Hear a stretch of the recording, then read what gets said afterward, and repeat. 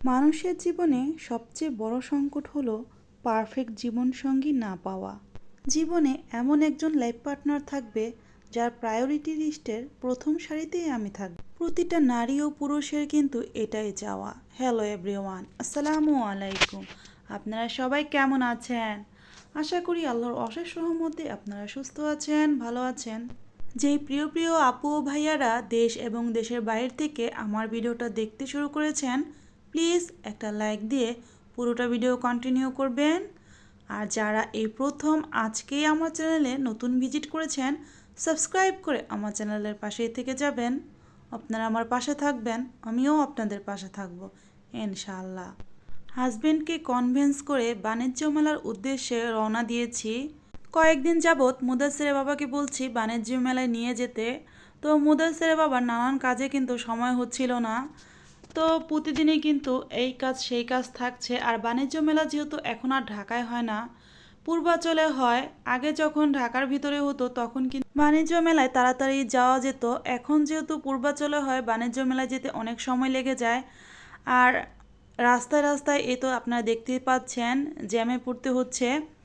ঢাকায় যখন হতো তখনও কিন্তু অনেক জ্যাম পড়তো, রাস্তায় প্রচুর জ্যাম থাকতো। আর এখন যে দূরে নিয়ে গেছে বাণিজ্য মেলা, জ্যাম যে হয় না তা কিন্তু না, দেখতেই পাচ্ছেন। জ্যামের মধ্যে গাড়িতে বসে আছি। আমরা অলরেডি এলিভেটেড এক্সপ্রেসওয়েতে চলে এসেছি। যেতে এখন যতটুকু সময় লাগে, তবে অনেক সময় লেগেছে যেতে, রাস্তায় অনেক জ্যাম ছিল। ভিডিও শুরুতেই বলেছি মানুষের জীবনে বড় সংকট হলো পারফেক্ট জীবনসঙ্গী না পাওয়া।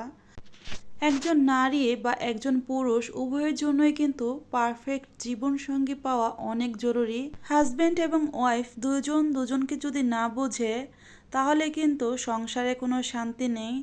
সংসারে নানান ঝামেলা থেকেই যায়। সেই দিক দিয়ে বলতে গেলে আমি কেমন জীবনসঙ্গী পেয়েছি সেটাই এখন আপনাদেরকে বলছি।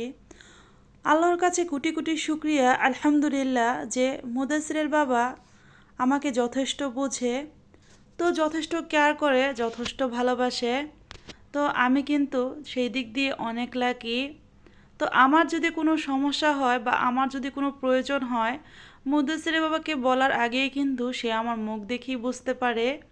মুখ দেখেই সে বলে তোমার কি কিছু প্রয়োজন বা তোমার কি কিছু লাগবে বা কোনো কিছু কি বলবে, সে বুঝতে পারে আগে থেকেই।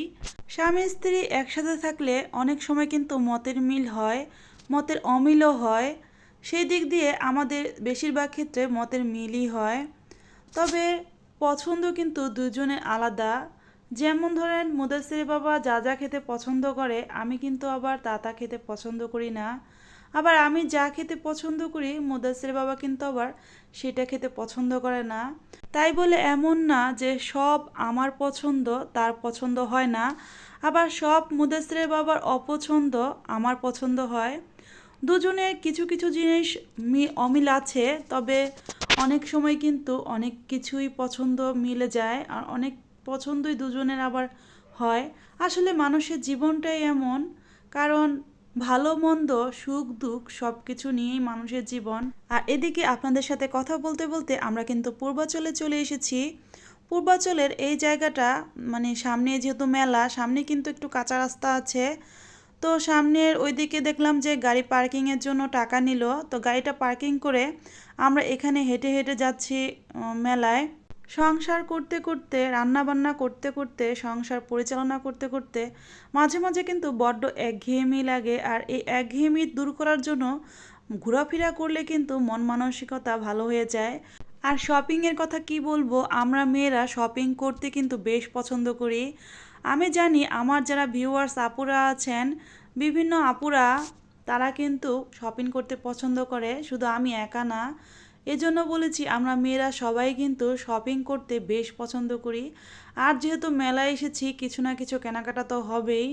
ঘুরতেও এসেছি, আর পছন্দ হলে কিছু কেনাকাটাও করব। আর এখানে টিকিট নিচ্ছে, এখানে বাণিজ্য মেলায় ঢুকতে 50 টাকা নেয় টিকিট। তো মুদাসসির বাবা কিন্তু টিকিট নিচ্ছে, আর টিকিট নিয়ে এরপর আমরা মেলার ভিতরে ঢুকবো। কেউ কেউ লাইনে দাঁড়িয়ে টিকিট নিচ্ছে, আবার কেউ কেউ অনলাইনে কেটে নিচ্ছে। তবে ভিড় যেহেতু কম ছিল, তো আমরা কিন্তু লাইনে দাঁড়াতে হয়নি, যাওয়ার সাথে সাথে টিকিটটা পেয়ে গিয়েছি। আর আমরা যেহেতু এখানে পৌঁছাতে পৌঁছাতে প্রায় 2টা 2:30 বেজে গিয়েছে, আমরা একটু আগে আগে গিয়েছি যাতে তাড়াতাড়ি আসতে পারি আর ভিড়টাও কম থাকে। এই জন্য কিন্তু আমরা একটু তাড়াতাড়ি এসেছি। সকালে আমরা অফ ক্যামেরায় খাওয়া দাওয়া করেই কিন্তু রওনা দিয়ে দিয়েছিলাম। আর এখানে আসতে আসতে কিন্তু প্রায় 2:30 বেজে গিয়েছে। তো আমরা কিন্তু এখন মেলার ভিতরে ঢুকেছি। ঢাকা আন্তর্জাতিক বাণিজ্য মেলায় চলে আসলাম। তো মেলার কিন্তু প্রথমেই দেখছি বাংলাদেশের একটা স্টল আছে, মানে বাংলাদেশ নামে লেখা। তো স্টলটা এখানে বিভিন্ন দেশের স্টল আছে। এবারের মেলা আমার কাছে গতবারের চাইতে ভালো লেগেছে। তো গতবারের চাইতে কেন ভালো লেগেছে আপনাদের সাথে কিন্তু এখন শেয়ার করব, আমরা মেলার ভিতরে যেহেতু ঢুকছি।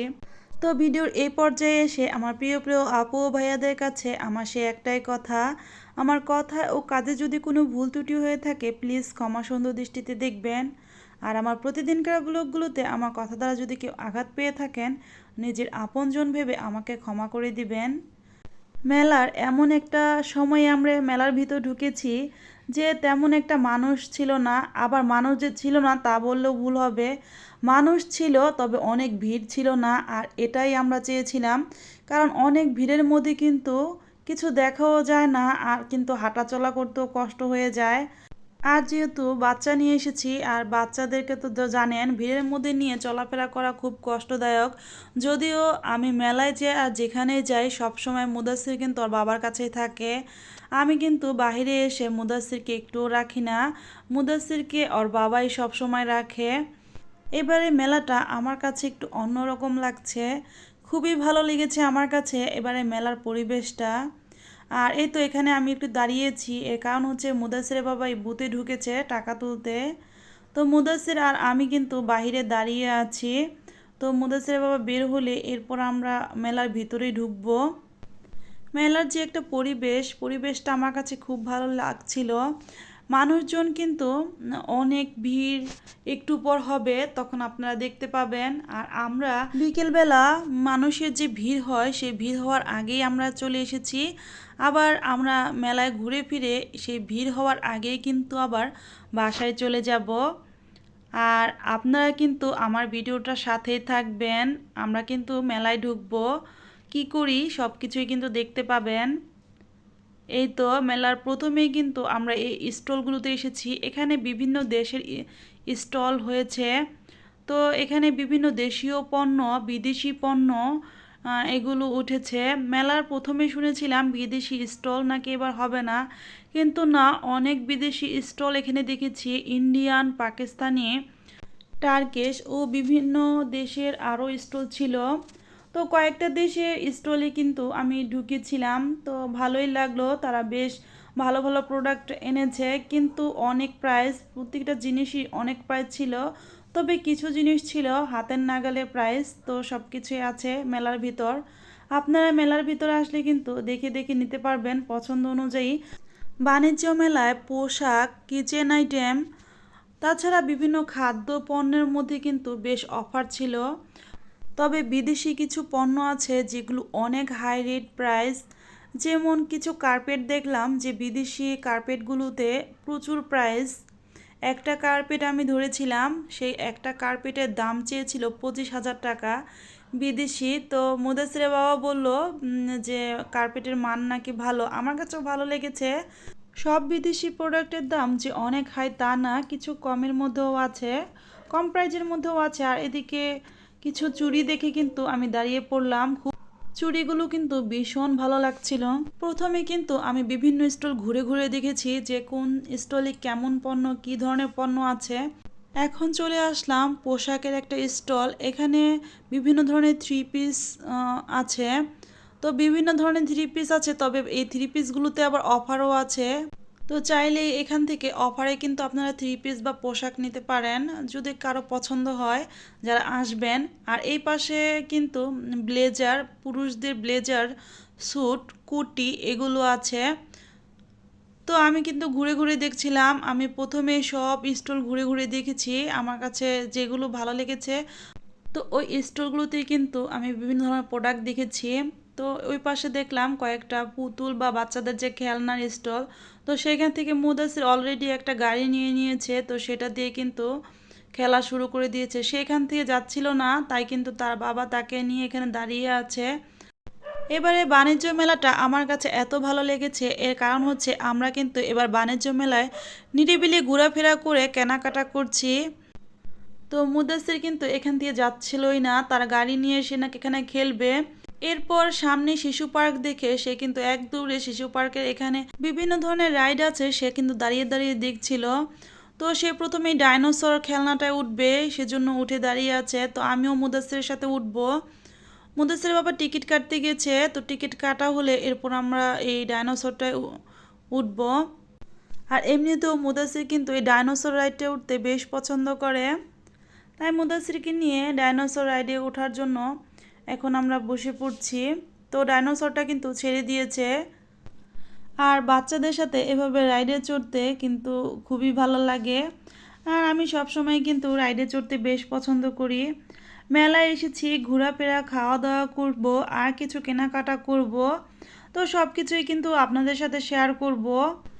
আন্তর্জাতিক বাণিজ্য মেলা প্রতিবারই হলেই কিন্তু একবার আসতে ইচ্ছে করে, তো আসেও কিন্তু। আর মুদাসিরের বাবা কিন্তু সবসময় আমাদের নিয়ে ঘোরাফেরা করে। তো ঘোরাফেরা করতে কিন্তু মুদাসিরের বাবা, আমি আর মুদাসির তিনজনেই খুব পছন্দ করি।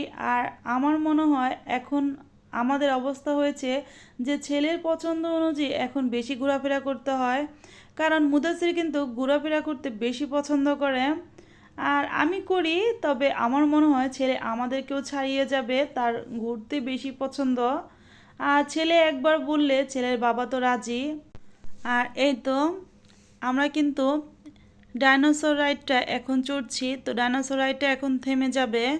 তো মুদাসির কিন্তু এখানে ডাইনোসর থেকে নামার আগেই সে বলছে সে নাকি সামনে পুতুল আছে, পুতুল খেলনা, সেগুলোতে উঠবে। তো পুতুল আবার কি খেলনা আমি সেটা জানি না। তো সে এই তো দেখেন মুদাসির বাবা টিকিট আনতে গিয়েছে, কিন্তু মুদাসির একটু অপেক্ষা করবে না, সে এখনই নাকি এই খেলনায় ঢুকবে। এই তো তো এই খেলনাটা মূলত বাচ্চারা যারা বুঝে আর একটু বড় বাচ্চারা বুঝে তারা কিন্তু এই খেলনাটা ভালো করে খেলতে পারে। মুদাসির এখনও এই খেলনাটা ভালো করে খেলতে পারে না। তো এরপর মুদাসির বাবা যখন টিকিট নিয়ে এসেছে, এরপর কিন্তু মুদাসির এই তো গেট দিয়ে ঢুকছে, সে অনেক খুশি যে সে এখানে ঢুকতে পেরেছে। তো ঢুকে দেখেন সে কি করে।